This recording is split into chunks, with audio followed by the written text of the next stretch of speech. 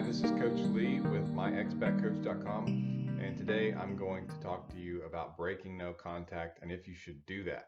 A lot of people ask, should I break no contact? And I just want you to know that I understand why you were thinking that, and I get the emotion that's behind that. And I talk to people daily who are asking me, should I break no contact? And a lot of these people are coaching clients who I am instructing to be in no contact, and they want to break it. I get it. You want to reach out. It hurts. You want to feel the presence of your ex. You want to hear their voice, maybe even see them in person. And you haven't in several days because you're using no contact to try to get them back, and they're not reaching out. It's been a few days, maybe a few weeks, and it hurts. And you think, maybe if I open the lines of communication, I hear that a lot. People say, I just thought I would open the lines of communication. That if I do that, maybe it'll spark something inside of my ex. At least that's what you tell yourself. Now, the truth is that it won't, because if they haven't reached back out to you, then it means they're not ready yet. They don't feel it yet. So you actually just push them backwards. And I know that doesn't address what you want to hear, because what you want to hear is that your ex has made progress and they've moved towards you, and they probably have some, but they're not there yet. And you want to hear that you can just talk to your ex and that the sound of your voice will bring them back and cause them to miss you more. But it's just not the case usually.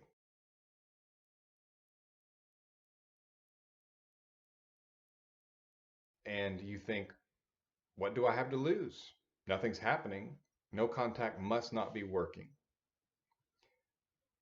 I assume I've summed up your thoughts and your rationale behind wanting to break no contact. And with that, I want to talk with you about a few things and some concerns on breaking no contact and why most of the time you should not. No contact does not always work instantly.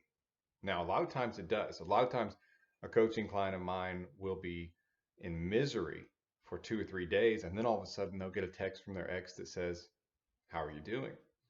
And then I have coached them to respond to that text because I tell them it's probably coming.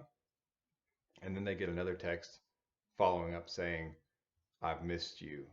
And that's when things begin to really go smoothly and there's a lot of happiness, celebration, and it makes me feel good too that I can help someone to get their ex back.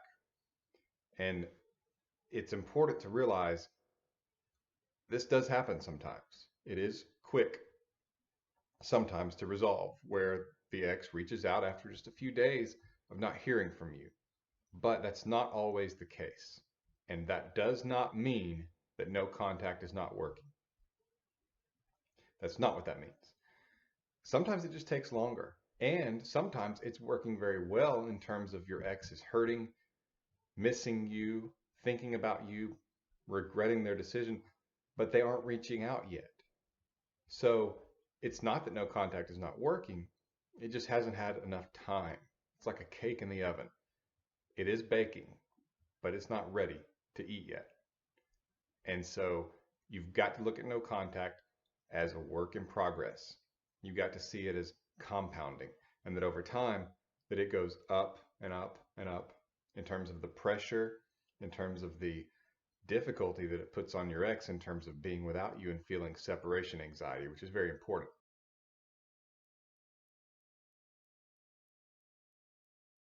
Now, the next thing I want you to consider and to realize is that it is by far more powerful and more likely to be long term if your ex is the one who reaches out to you. When you reach out to your ex after they've broken up with you, it is a form of chasing them, and it's a form of trying to force them into something that they don't want.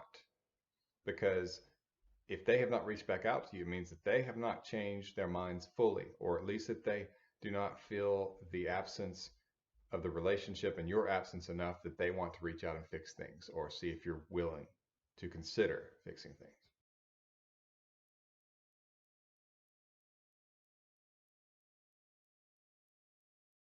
And so if they have not reached out to you, they are not ready yet. So even if you do reach out and they kind of consider it or want to meet up, and maybe even if they say they want to get back together, they're not fully aware yet of not being without you's uh, effect on them. And so even if you two do get back together, the odds are less likely that it will be permanent or long term. And that's just something you've got to grasp. And I know that a lot of times you're even thinking, I don't care as long as I can get them back and then I'll figure it out. That's not how it works. And you will regret that decision if they were to end up breaking up with you only a few weeks later. And this time they blocked you and they won't even take your texts, won't answer your phone calls or emails. And that's what will happen when they feel like you're just going to try to get back into their life and try to supersede their decision instead of respecting their decision.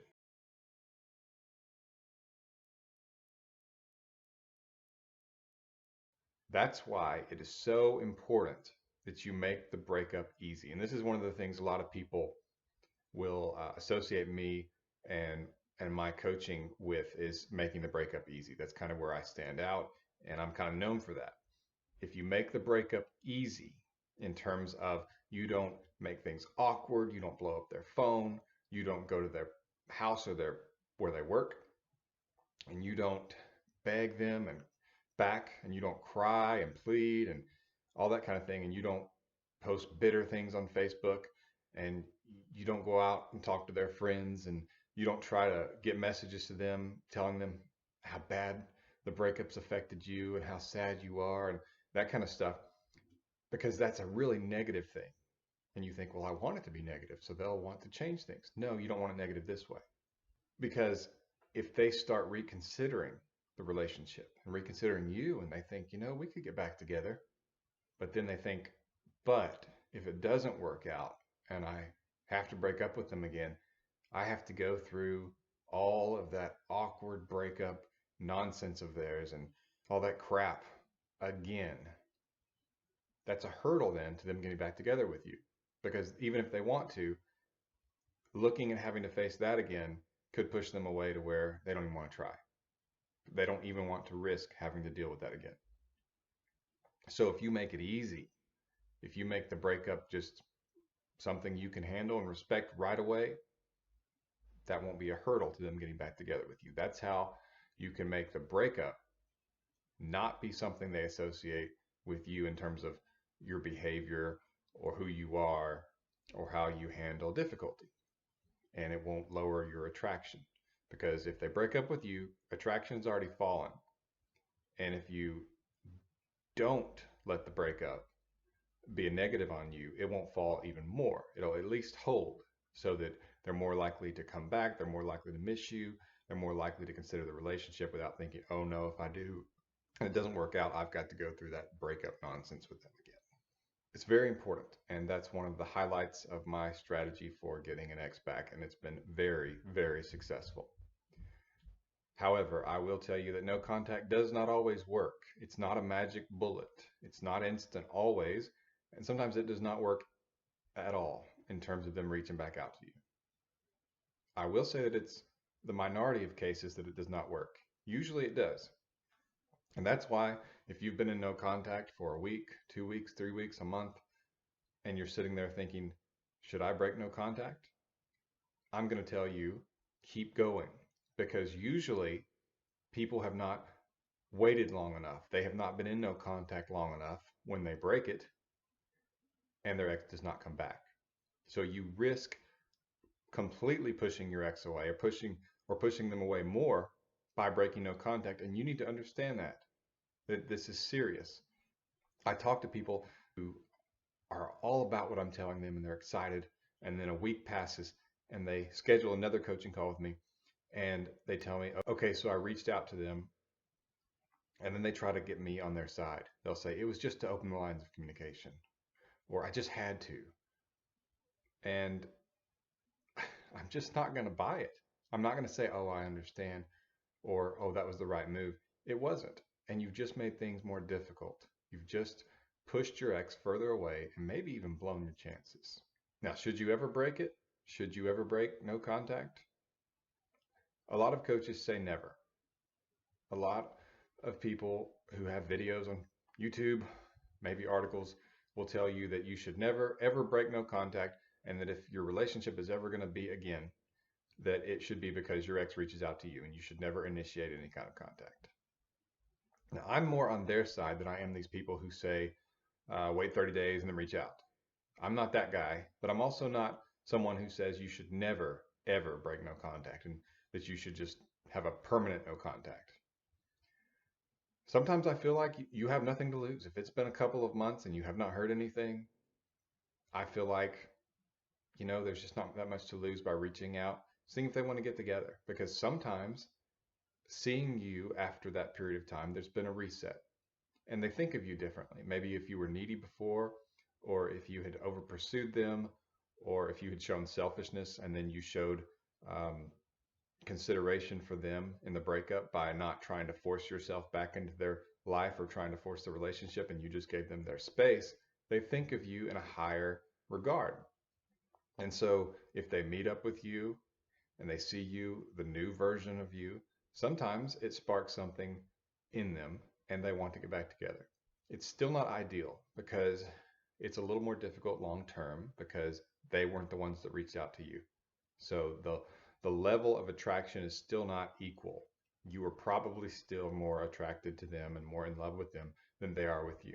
Now, that doesn't mean that you can't work at things and stay a step behind them in terms of they're chasing you, and that's very important. And I go through that with my coaching clients. But it does mean that it's possible to get them back by reaching out at a certain point. Even then, I still say the best way is to try to stay in no contact until you absolutely feel that there's no hope otherwise. Now, most people will jump on that.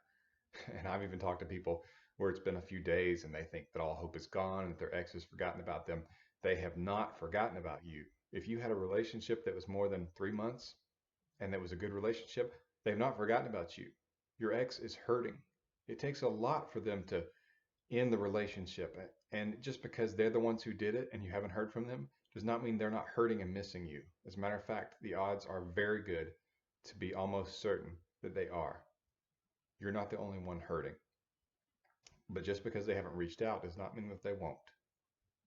So you risk a lot by breaking no contact. But there are some situations after a certain amount of time where it does make sense to reach out. Because at some point, you do start to risk them moving on. But again, if you can hold out, sometimes I'll tell people when you get to the point where you think you need to reach out, where it's been 2 months or whatever we've talked about, if you had a coaching call with me, I usually tell people just keep telling yourself one more day as long as you can, because the longer you hold out, it's basically like building attraction even more. That space is there. You're not easily accessible. Your value goes up. You're showing that you can respect their boundaries. You're showing you're a good listener and that you're not selfish. You're showing you can make it without them, which is actually very attractive, even though it doesn't seem like it would be. And so when you can, stay out of contact, continue no contact. Sometimes it even has been years, 6 months. And I know that sounds horrible, but what I'm saying is just because you don't get them back right away with no contact, it does not mean that you are not going to get them back.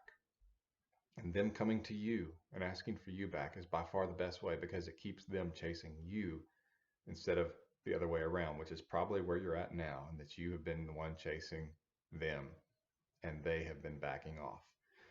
So you want them to be chasing you and you want to keep it to where they are chasing you just slightly, because if they're chasing you, they're not going to be breaking up with you. They are trying to basically devour you in a sense. That's kind of what obsession is. Now, I'm not saying that that's healthy to be obsessed. I'm just saying that having them chase you a little bit is a good thing. Obviously, if they're chasing to the point that you're their sole source of fulfillment, that's where it begins to get obsessive and a little odd. But hey, I guess you'd rather have that than to be the one chasing and to feel like you're the one obsessed. And that's a whole other video for another time. But the bottom line is it's much better for them to come back to you than for you to try to get them back by opening the lines of communication, which is a ridiculous line because you don't gain anything by opening the lines of communication. You gain by keeping it closed so that they could miss you and they can wonder about you and they can not have you in their world, so they're actually having to experience what it's like not to be your girlfriend or your boyfriend. And that's just so important. So I hope that this has been helpful to you. If you're in no contact, I know what it's like. I know you're hurting and you're wanting to see some sort of tangible result. It's difficult because a lot of it you won't be able to see, but it does not mean that no contact is not working. You can schedule a coaching call with me and we can tailor a plan to get your ex back. I've seen so many of these cases over the last 18 years, and you just don't have that kind of advantage because most people only deal with a small handful of breakups in their entire life because they only deal with the ones that happen to them. Whereas I help people who are experiencing it themselves. And so I've seen just a tremendous amount and I know what's likely to work. I've seen your situation most likely, even though you feel like you're the only person in the world who's ever gone through this. I get that. You can visit my website at myexbackcoach.com and you can read free articles or schedule a coaching call with me and we can tailor a plan to get your ex back. I can give you a map and a plan so that you're not just stabbing in the dark and we can work on getting them back. That's myexbackcoach.com. This has been Lee with myexbackcoach.com. Subscribe to my channel and you can schedule a coaching call with me by going to myexbackcoach.com. Thank you for watching.